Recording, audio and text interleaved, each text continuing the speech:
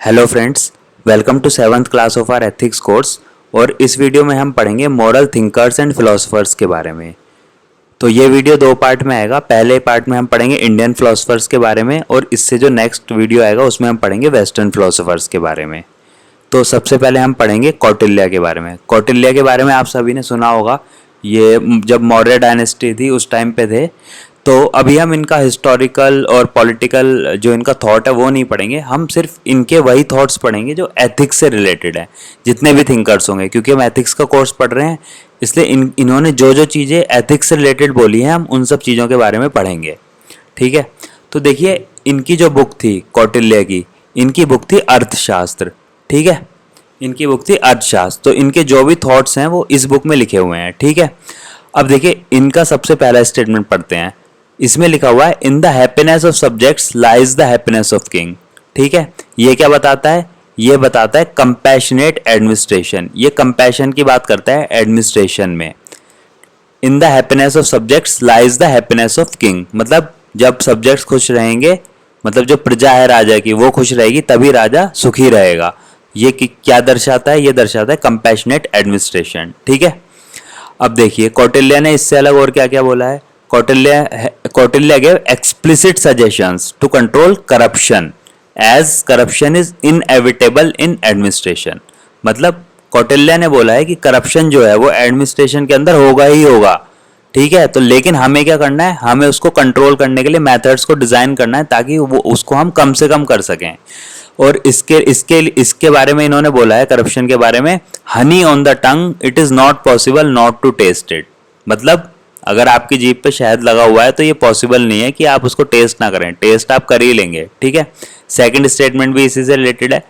Fish swimming in water will itself not realize when it has drank the water. मतलब कोई मछली अगर पानी में तैर रही है तो पानी थोड़ा बहुत तो उसके मुंह में जाएगा ही ना।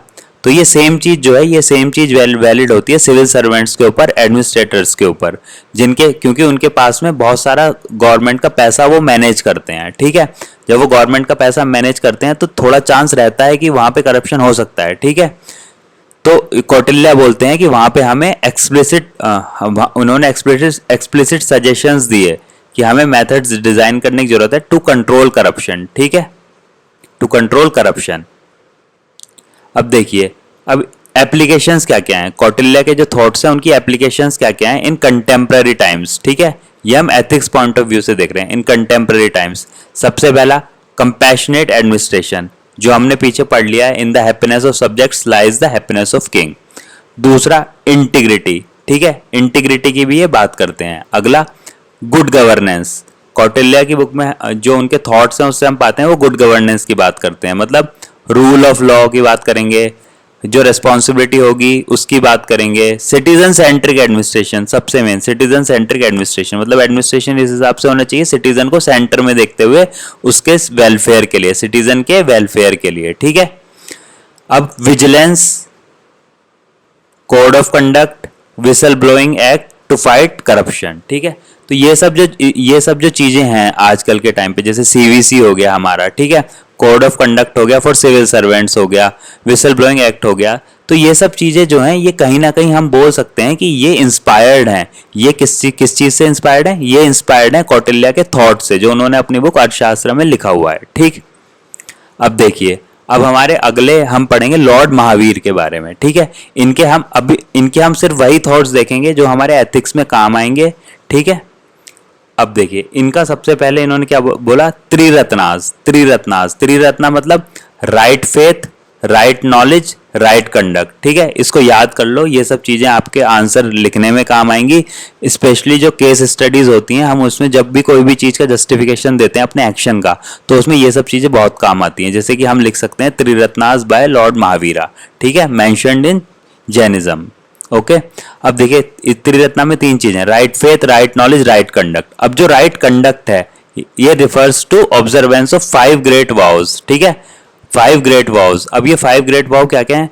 Not to injure life, not to lie, not to steal, not to acquire property, not to lead immoral life. ठीक है, ये 5 ग्रेट वाउस हैं जैनिज्म में।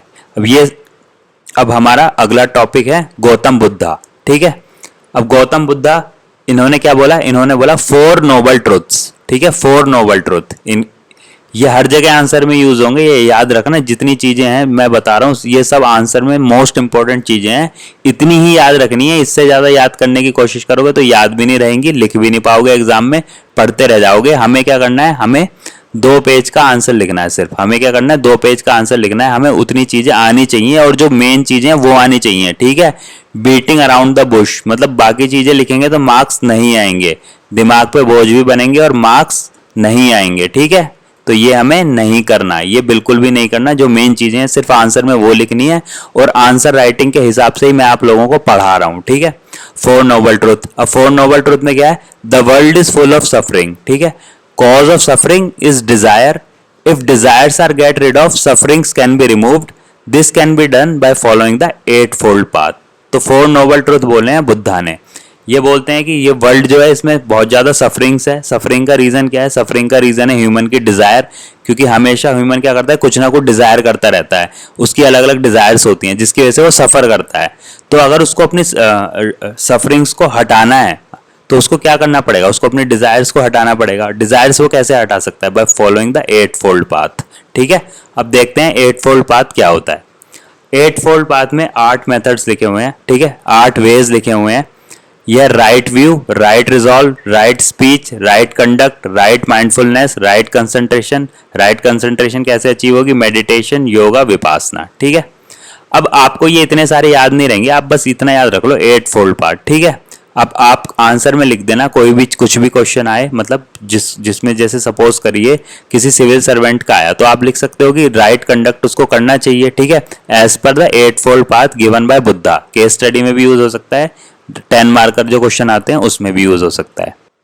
अब देखिए, अब हम पढ़ेंगे principles of ethics by Buddha, ठीक है। बुद्धा ने क्या एथिक्स के प्रिंसिपल्स हैं जो हम बुद्धा से ड्राइव कर सकते हैं। पहला ह्यूमैनिज्म, मतलब ह्यूमन को सेंटर में रख के ह्यूमन के वेलफेयर के लिए, okay. Second, love compassion. Third, truth. Fourth, egalitarianism, इसका एग्जांपल है अपोज्ड कास्ट सिस्टम। बुद्धा ने हमेशा कास्ट सिस्टम का अपोज किया है, उन्होंने बिलीव किया है इक्वालिटी में, उन्होंने बिलीव किया है इगैलिटेरियनिज्म में, ठीक है। अगला पॉइंट, रिस्ट्रेंट, कंट्रोल, सेक्रीफाइस। अगला विजडम, और लास्ट पॉइंट है मिडल पाथ, मध्यम मार्ग। ये सबसे इंपॉर्टेंट बहुत जगह यूज होगा, बुद्धाज मध्यम मार्ग, ठीक है। 3 चीजें हैं, ये 3 चीजें मैंने ये जो सभी इंपॉर्टेंट है, बस ये 3 चीजें सबसे ज्यादा इंपॉर्टेंट है। एक तो कंपैशन, ठीक है, कंपैशन, बुद्धिज्म में सबसे ज्यादा जो फोकस किया गया वो किया गया कंपैशन पे। सेकंड, इगैलिटेरियनिज्म, इगैलिटेरियन पे बहुत ज्यादा फोकस है कि कास्ट सिस्टम के अगेंस्ट है बुद्धिज्म, ठीक है। अगला ये पढ़ लो, मध्यम मार्ग। मध्यम मार्ग बहुत जगह यूज होगा कि मतलब हमें एक्सट्रीम साइड पे नहीं जाना है किसी भी चीज की। यदि हम डिसीजन नहीं ले पा रहे हैं, हम लाइफ में कुछ नहीं कर पा रहे हैं, तो हमें मध्यम मार्ग की तरफ जाना चाहिए। हमें हमेशा एक्सट्रीम से बचना चाहिए। और ये मध्यम मार्ग सिमिलर टू किसके है, ये सेम चीज बोली है मिडल पाथ, ठीक है। ये middle path given bye Aristotle, middle path given bye Aristotle. तो एरिस्टोटल ने सेम चीज बोली है, okay, middle path given bye Aristotle. अब देखिए, अब अगला हम पढ़ेंगे स्वामी विवेकानंदा के बारे में। अब विवेकानंदा की क्या फिलॉसफी है, इन्होंने फिलॉसफी दी है नियो वेदांतिज्म की, ठीक है, नियो वेदांतिज्म। अब नियो वेदांतिज्म क्या है, ये इंटरप्रिटेशन ऑफ वेदांता है जो कि थोड़ा लिबरल और मॉडर्न वे में इंटरप्रेट करती है वेदांता को, ठीक है। वेदांत क्या होते हैं, वेदांत होते हैं हमारे उपनिषद, ओके। अब इनकी जो फिलॉसफी है ये है ह्यूमैनिस्ट एंड रैशनलिस्ट फिलॉसफी, मतलब ये रैशनलिस्ट मतलब थोड़ा इंटेलेक्चुअल वे में सोचो, और सुपरस्टिशियस और जो ऐसे बिलीफ्स हैं उनको ये इग्नोर करते हैं, ओके। अब देखिए इन्होंने क्या क्या प्रिंसिपल्स दिए हैं एथिक्स के। इनका सबसे पहला प्रिंसिपल है सेल्फलेसनेस, मतलब दूसरों के लिए काम करना। अब मतलब अपने हित को नीचे रखना, दूसरों के हित को ऊपर रखना, और दूसरों के भले के लिए काम करना, ओके। अगला लव, ह्यूमैनिटी, कंपैशन। अगला फ्रीडम एंड इक्वालिटी, इसका क्या मतलब है, freedom to follow any religion, मतलब इन्होंने बोला कि आप कोई भी रिलीजन फॉलो कर सकते हो। उन्होंने बोला कि जितने भी रिलीजन है वो सब प्योर हैं, सारे ट्रूथ हैं, सबका रास्ता जो है वो, सबका एंड गोल सेम है, ओके। अगला, education should lead to freedom of mind, rational thinking, scientific temper and intellectualism, okay. इन सब पे इन्होंने बात की है, फ्रीडम पे, क्योंकि फ्रीडम ऑफ माइंड इन्होंने बोला कैसे आएगा, एजुकेशन के थ्रू आएगा। एजुकेशन से क्या बिल्डअप होगा, तो हमारा इंटेलेक्ट बिल्डअप होगा, हमारी रैशनल थिंकिंग बिल्ड होगी, हमारा साइंटिफिक टेम्पर बिल्ड होगा। ओके, अब देखिए अगला जो इनका सबसे मेन चीज जो स्वामी विवेकानंद जी बोलते हैं, वो बोलते हैं service to downtrodden sections. ये सबसे इंपॉर्टेंट पॉइंट्स हैं इसके। और इसमें इन्होंने क्या बोला है, इसमें इन्होंने बोला service to man is service to God. Okay, service to man is service to God. इस कंसेप्ट का एक और नाम है दरिद्र नारायण। मतलब अगर कोई दरिद्र व्यक्ति है, उसी में ही हम नारायण को देखें, उसकी सेवा करना ही भगवान की सेवा करने के समान है। अगला, शिवा इज इन एवरी जीवा, मतलब हर जीव में शिव है। ठीक है, मतलब किसी भी जीव के साथ हम वायलेंस ना करें, सबके साथ लव और कंपैशन करें। ओके, अगला पॉइंट है a good character through ethics. अब इसके लिए इन्होंने क्या बोला, गुड कैरेक्टर थ्रू एथिक्स, मतलब एथिक्स होगी तो उसका कैरेक्टर गुड होगा। अब इन्होंने गुड कैरेक्टर के बारे में क्या बोला है, इन्होंने बोला a society is not strong because it has atomic weapons और good law, rather it is strong because it has people with good character. ये बोलते हैं कि गुड कैरेक्टर होना ज्यादा इंपॉर्टेंट है, रादर किसी कंट्री के पास एटॉमिक वेपन्स होना या गुड लॉ होने से। अगर लोगों का कैरेक्टर गुड होगा तो कंट्री वैसे ही बहुत सोसाइटी जो है वो आपकी वैसे ही बहुत स्ट्रांग हो जाएगी, उसको नीड ही नहीं पड़ेगी एटॉमिक वेपन्स की और बहुत अच्छे लॉज की। ओके, अगला इनका पॉइंट है rationality. Rationality against superstitions and rituals in religion, मतलब ये बहुत ज्यादा रिचुअल्स में और सुपरस्टिशंस में बिलीफ नहीं रखते। ओके, जो वेदांतिक इनका है ना नियो वेदांतिज्म जो है वो इन सब के अगेंस्ट है, सुपरस्टिशंस के और रिचुअल्स के। अब देखिए एप्लीकेशंस क्या क्या हैं इंडिविजुअल लेवल पे, क्या एप्लीकेशन है इनकी थ्योरी की। Compassion, we and us over I and my. ठीक है, इन्होंने बोला है ना शिवा इन एवरी जीवा, तो उसी से हम इसको ड्राइव कर सकते हैं, we and us over I and my. Okay, अगला है एडमिनिस्ट्रेशन एंड गवर्नेंस में इनकी क्या एप्लीकेशन है, यह है कंपैशन। ठीक है, गवर्नेंस जो है उसमें कंपैशन होना चाहिए। Okay, freedom to people to ensure peace and harmony. Okay, freedom की बात करते हैं, ठीक है, फ्रीडम की बात करते हैं to ensure peace and harmony in the society. अब देखिए सोसाइटी में इनकी क्या एप्लीकेशंस है, removing superstitions and rituals in religion, resolving conflicts through rationality. Okay, ये सब ड्राइव है इनके नियो वेदांतिज्म फिलॉसफी से।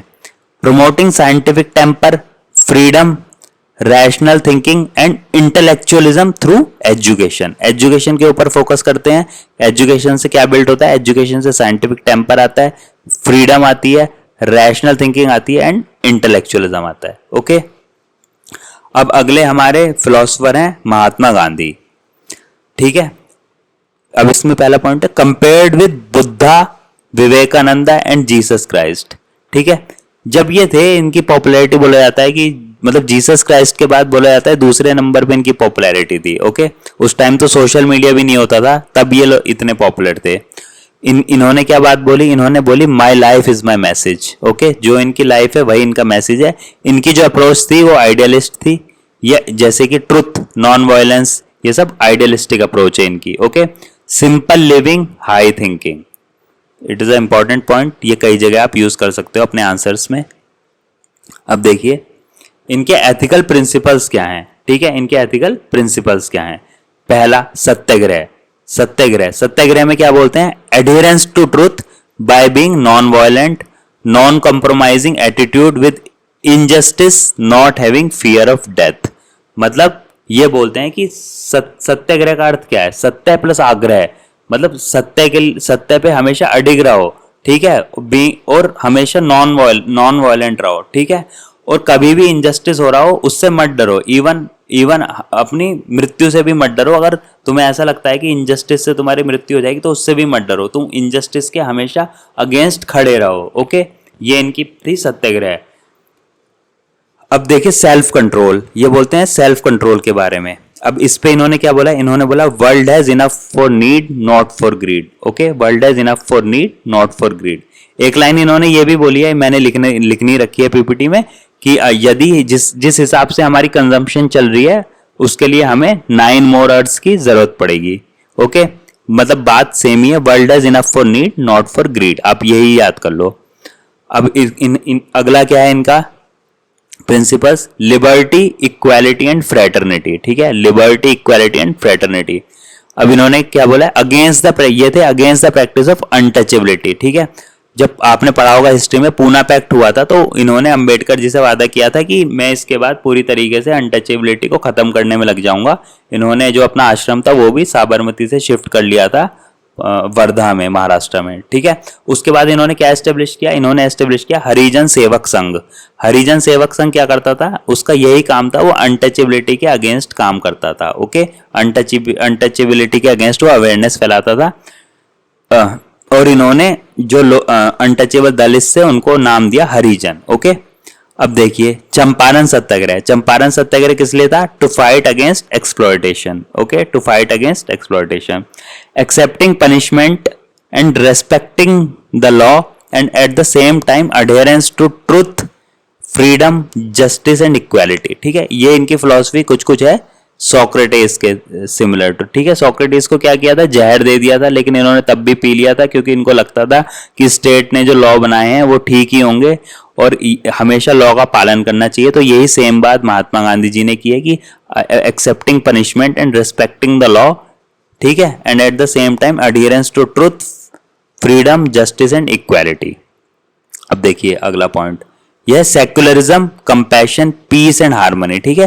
ये सेक्युलरिज्म में ये बहुत भरोसा रखते थे, ठीक है, कंपैशन में, पीस में, हार्मनी में, कभी नहीं चाहते थे कि दो धर्म या जातियों में आपस में झगड़ा हो, ठीक है। इसके लिए इन्होंने एक लाइन भी बोली, ठीक है, ईश्वर अल्लाह तेरो नाम रघुपति राघव राजा Ram, okay.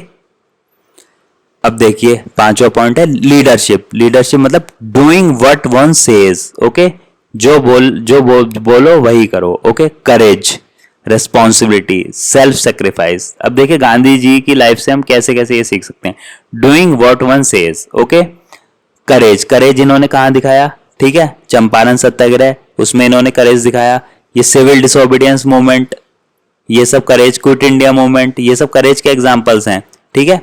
Non cooperation movement, ये सब करेज के एग्जाम्पल हैं। रेस्पॉन्सिबिलिटी, रेस्पॉन्सिबिलिटी कैसे ली इन्होंने, ठीक है, रेस्पॉन्सिबिलिटी कैसे ली इन्होंने, देखिए हम एग्जाम्पल दे सकते हैं, जैसे चौरी चौरा इंसिडेंट हुआ तो उसके बाद इन्होंने रेस्पॉन्सिबिलिटी ली कि अब कि जो मूवमेंट जो हो रहा है ये वायलेंट है, तो इन्होंने रिस्पॉन्सिबिलिटी ली और मूवमेंट को तुरंत बंद कर दिया, नॉन कॉपरेशन मूवमेंट को इन्होंने बंद कर दिया, ठीक है। तो लीडर जो है वो उसको रिस्पॉन्सिबिलिटी लेनी चाहिए।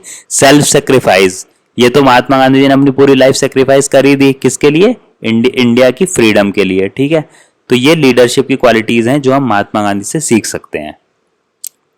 अब देखिए एथिक्स ऑफ डेवलपमेंट, डेवलपमेंट पे गांधी जी क्या बोलते हैं, ये बोलते हैं ट्रस्टीशिप मॉडल ऑफ डेवलपमेंट, ठीक है, ट्रस्टीशिप मॉडल ऑफ डेवलपमेंट। अब ट्रस्टीशिप मॉडल ऑफ डेवलपमेंट क्या है, ट्रस्टीशिप मॉडल ऑफ डेवलपमेंट ये है कि सपोज कोई इंडस्ट्री है, ठीक है, कोई इंडस्ट्री है, तो जो उसके ओनर्स हैं, ठीक है, वो उसके ओनर्स नहीं होंगे, वो उसके मैनेजर होंगे, एक तरीके से वो उसको मैनेज करेंगे, ठीक है, नॉट एन ओनर, वो उसको मैनेज करेंगे, वो उसको मैनेज करेंगे। और वो क्या करेंगे, इससे जो भी एक्सेस रिसोर्सेज हैं, जो इनका प्रॉफिट है, ठीक है, जो भी एक्सेस सरप्लस है, जो रिसोर्सेज हैं सरप्लस रिसोर्सेज, उसको क्या करेंगे, डिवाइड कर देंगे बाकी लोगों में, किस लिए, फॉर देयर वेलफेयर, ओके। ये कुछ वेलफेयर अप्रोच है। ये बोलते हैं, इसको सिंपल लैंग्वेज में समझिए कि मतलब सपोज कोई इंडस्ट्री है तो वो जितना भी सरप्लस कमा रहे हैं, उनको बेनिफिट हो रहा है तो वो यूज करेंगे सोसाइटी के बेटरमेंट के लिए। ये प्रिंसिपल भी जो इनका ट्रस्टीशिप मॉडल ऑफ डेवलपमेंट है, ये कुछ हम बोल सकते हैं कि इंस्पायर्ड है एरिस्टोटल से, ठीक है। एरिस्टोटल ने भी बोला था कि जो प्रॉपर्टी होनी चाहिए उसका क्या होना चाहिए, उसका होना चाहिए इंडिविजुअल ओनरशिप, मतलब individual ownership and common use, individual ownership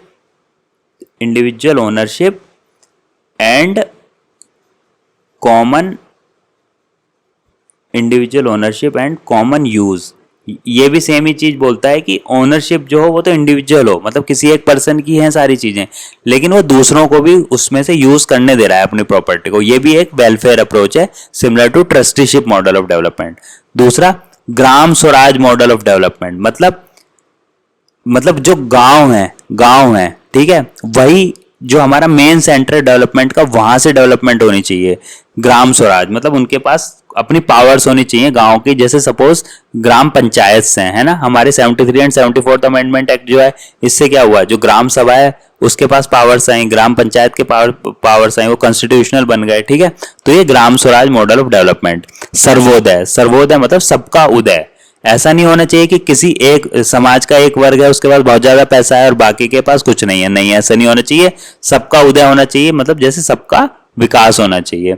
Antyodaya, Antyodaya में क्या बोलते हैं, ये अंत्योदय बोलते हैं कि जो man last in the row, मतलब जो आदमी पंक्ति में सबसे पीछे खड़ा हुआ है उसका उत्थान कैसे होगा। ठीक है, उसके लिए अंत्योदय फिलॉसफी है इनकी। ठीक है, तलिस्मान, तलिस्मान में क्या बोलते हैं गांधी जी, गांधी जी का तलिस्मान क्या है, गांधी जी बोलते हैं कि यदि आप अपने जीवन में कभी भी कंफ्यूज हो कि आपको समझ नहीं आ रहा हो कि आपको क्या डिसीजन लेना है, तो आप ना ये सोचिए कि जो आदमी देश में सबसे गरीब है, ठीक है, आप जो भी डिसीजन लेंगे, क्या आपका डिसीजन उसकी कुछ मदद कर सकता है। यदि आपको लगता है कि हाँ मैं जो निर्णय ले रहा हूं वो उसकी मदद कर सकता है, ठीक है, तो आप वो डिसीजन ले लीजिए। ओके, अब इनके हैं प्रिंसिपल ऑफ 7 सिंस।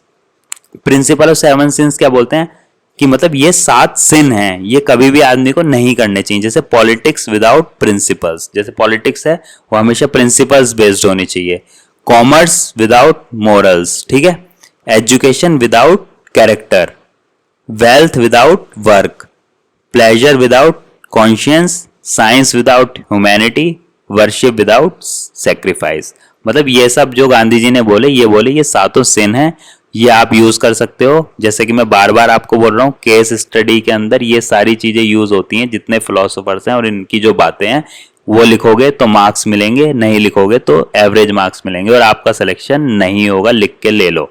ठीक है, अगर ये सब यूज करोगे, ठीक है, तो आपको अच्छे मार्क्स मिलेंगे, then you will get selected. Otherwise normal answer लिखोगे नहीं मिलेगा, इसीलिए बार बार फोकस कर रहा हूँ। ये सब चीजें देखो, मैंने है इसको क्या किया, इसको मैंने हाईलाइट भी किया, 7 सिंस। ठीक है, ये याद रख लेना, गांधी जी 7 सिंस। ओके, अब देखिए इसकी एप्लीकेशंस क्या हैं। ठीक है, इनके जो हमने थॉट अभी पढ़ा, इसकी एप्लीकेशंस क्या हैं।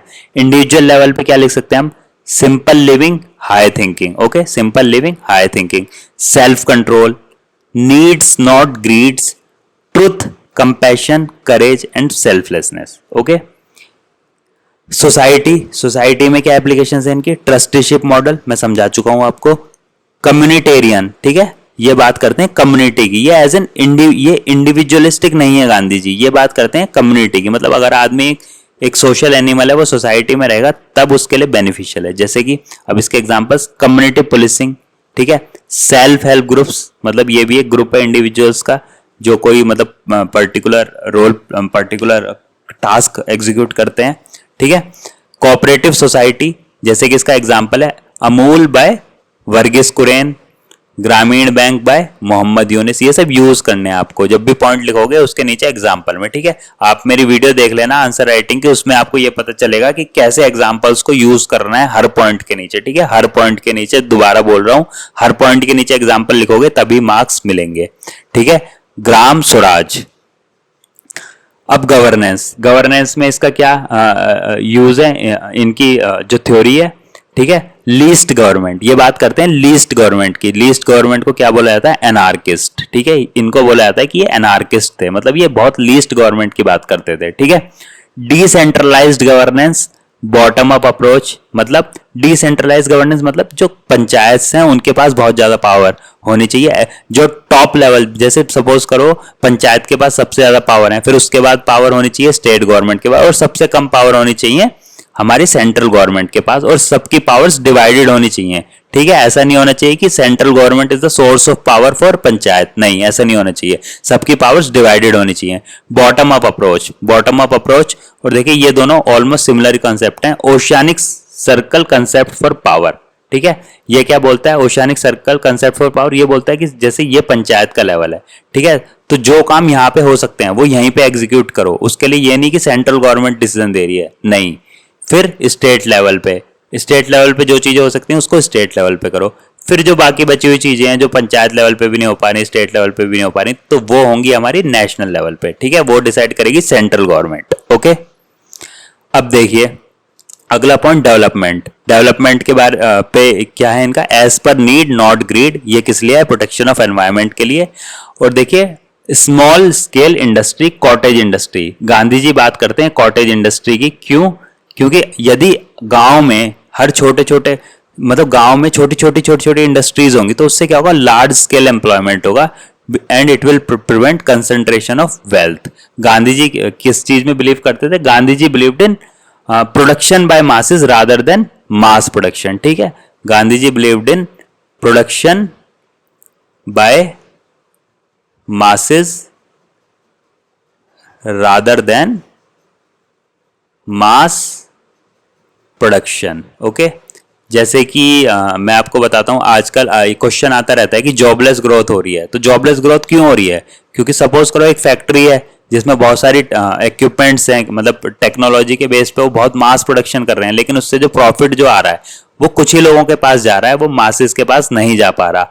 तो इस सिचुएशन से बचने के लिए गांधी जी हमें उसी पहले ही बता गए कि कॉटेज इंडस्ट्री होनी चाहिए गांव में, छोटी छोटी, जैसे कि आप बोलो छोटी छोटी एमएसएमईज होनी चाहिए। ठीक है, अब देखिए अंबेडकर जी के बारे में।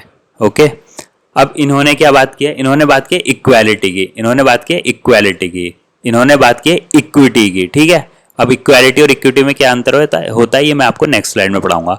रूल ऑफ लॉ के, रूल ऑफ लॉ कहां मेंशन्ड है? आर्टिकल 14। ठीक है, आर्टिकल 14 कॉन्स्टिट्यूशन में। Okay, equality before the law. ठीक है, अब देखिए इन्होंने क्या बात की? इन्होंने बात की कंपैशन की। ठीक है, respect of human dignity against untouchability. इनके टाइम पे अनटचेबिलिटी बहुत थी, इसलिए इनकी पूरी लाइफ जो है वो इन्होंने अनटचेबिलिटी के अगेंस्ट लड़ाई लड़ते रही है। इसलिए बात करते हैं कंपैशन की, मतलब फ्रेटर्निटी की। ठीक है, भाईचारा होना चाहिए लोगों में, कंपैशन होना चाहिए। नॉन डिस्क्रिमिनेशन, मतलब कभी भी डिस्क्रिमिनेशन नहीं होना चाहिए। ये ऐसा इन्होंने ये क्यों बोल रहे थे? क्योंकि उस समय दलित के अगेंस्ट होता था डिस्क्रिमिनेशन, तो इनके जो सारे थॉट्स हैं ऑलमोस्ट इंटरलिंक्ड ही हैं। ओके, फिर इन्होंने बात की सोशल जस्टिस की। ठीक है, सोशल जस्टिस ये कैसे दिलाना चाहते थे? सोशल जस्टिस मतलब सामाजिक न्याय कैसे दिलाना चाहते थे? ये बैकवर्ड क्लास को, दलित को न्याय कैसे दिलाना चाहते थे? इनकी क्या अप्रोच थी? इनकी अप्रोच थी स्टेट लेड एफर्मेटिव एक्शन। ठीक है, स्टेट लेड एफर्मेटिव एक्शन, इसको याद कर लो, स्टेट लेड एफर्मेटिव एक्शन। इसका मतलब क्या है? Reservation for backward caste. ठीक है, रिजर्वेशन फॉर बैकवर्ड कास्ट, जिसका इन्होंने प्रोविजन किया अभी कॉन्स्टिट्यूशन में। आपने पढ़ा होगा आर्टिकल 15(4), आर्टिकल 16(4). ठीक है, ये सब कॉन्स्टिट्यूशन प्रोविजंस हैं, ये अंबेडकर जी के थॉट्स के ऊपर बेस्ड हैं, जो बोलता है स्टेट लेड एफर्मेटिव एक्शन। अब देखिए मैंने आपको बोला था कि मैं नेक्स्ट स्लाइड में पढ़ाऊंगा आपको इक्वालिटी और इक्विटी में क्या अंतर है। ठीक है, और इससे आप कुछ हद तक अंबेडकर जी के थॉट्स को और बेहतर तरीके से समझ पाओगे। जैसे ये है इक्वालिटी। ठीक है, तीनों के लिए हमने बराबर ये स्टूल प्रोवाइड कर दिया। ठीक है, अब जो छोटा वाला बच्चा है ये बेचारा देख नहीं पा रहा है, ये आदमी और अच्छे से ये वाला आदमी सबसे अच्छे से देख पा रहा है, ये और कम अच्छे से देख पा रहा है, ये बेचारा देख ही नहीं पा रहा। ठीक है, लेकिन इक्विटी में क्या होगा? इक्विटी में जिसको नीड है ना उसको ज्यादा दिया जाएगा। जैसे इसको 2 स्टूल दे दिया, अब ये भी देख पा रहा है, इसको 1 दे दिया, ये भी देख पा रहा है, इसको जरूरत ही नहीं है तो ये भी देख पा रहा है बिना स्टूल के। ठीक है, अब देखिए इसको हम ऐसे समझते हैं, सोसाइटी के रेस्पेक्ट में हम इसको समझने की कोशिश करते हैं। आप समझिए ये एक बहुत ही बैकवर्ड क्लास का आदमी है। ठीक है, अब ये बैकवर्ड क्लास का आदमी तो कभी भी सक्सेसफुल नहीं हो पाएगा। अब इसको सक्सेसफुल होने के लिए क्या करना पड़ेगा? हमें इसको रिजर्वेशन देना पड़ेगा। जब हम इसे रिजर्वेशन देंगे तब हम बोल सकते हैं कि हाँ भैया अब ये इसके इक्विवेलेंट हो गया दूसरे वाले बंदे के। ठीक है, कैसे? जैसे सपोज करो एजुकेशन है, एजुकेशन में कॉम्पिटिटिव एग्जाम्स है। अब जो ये वाला जो बेचारा बच्चा है इसके पास कोई रिसोर्सेज नहीं है, कुछ नहीं है, लेकिन सरकार ने क्या किया? सरकार ने इनको रिजर्वेशन दिया। किस लिए? ताकि ये इसके इक्विवेलेंट हो सके। ठीक है, जिसके पास सारी फैसिलिटी थी, ये सारे अच्छे अच्छे स्कूल्स में पढ़ा था। ठीक है, इसके पास नहीं थी, लेकिन सरकार ने इसको रिजर्वेशन दिया ताकि ये इसके बराबर हो जाए। तो ठीक है, तो ये इसको बोला जाता है इक्विटी, इसको बोला जाता है इक्विटी। और अंबेडकर जी बात करते हैं इक्विटी की, अंबेडकर जी के थॉट्स को हम इससे समझ सकते हैं। अब देखिए रविंद्रनाथ टैगोर, इनके बारे में बस 3 पॉइंट मैंने लिखे। डिग्निटी एंड फ्रीडम की बात करते हैं ये। ठीक है, डिग्निटी एंड फ्रीडम की बात करते हैं, एजुकेशन की बात करते हैं, किस लिए? To develop the scientific temper. ठीक है, टू डेवलप साइंटिफिक टेम्पर। और humanity based on love and respect rather than nationalism. ठीक है, humanity based on love and respect rather than nationalism. जैसे कि एग्जांपल, अगर अभी जो वॉर चल रहा है रशिया वर्सेस यूक्रेन वॉर, ठीक है, रशिया वर्सेस यूक्रेन वॉर, तो इस पे आपको क्या लगता है कि रविन्द्रनाथ जी के क्या थॉट होंगे? उनके थॉट होंगे कि ह्यूमैनिटी को प्रेफरेंस दी जाए, ठीक है, ना कि नेशनलिज्म को। ठीक है, ह्यूमैनिटी फर्स्ट है, नेशनलिज्म उसके बाद है। मतलब इनके थॉट्स क्या रहेंगे कि ये वॉर नहीं होना चाहिए, तुरंत रुक जाना चाहिए, बिकॉज ह्यूमैनिटी जो है किसके ऊपर बेस्ड है, लव एंड रेस्पेक्ट के ऊपर। ये पहले है, नेशनलिज्म बाद है। ठीक है गाइज, मैंने आपको जो जो इंपॉर्टेंट थिंकर्स थे वो पढ़ा दिए हैं अब, और मैंने पूरा, अगर मैं इनको पूरा पढ़ाने बैठूंगा तो इसमें तो सारे तरह के थॉट्स आ जाएंगे, तो बहुत ज्यादा सिलेबस बढ़ जाएगा। सिर्फ उतना पढ़ाया है जितना एग्जाम में लिख के आपको अच्छे मार्क्स आ सकें। ठीक है गाइज, सो नेक्स्ट वीडियो में पढ़ाऊंगा western thinkers. So thank you guys.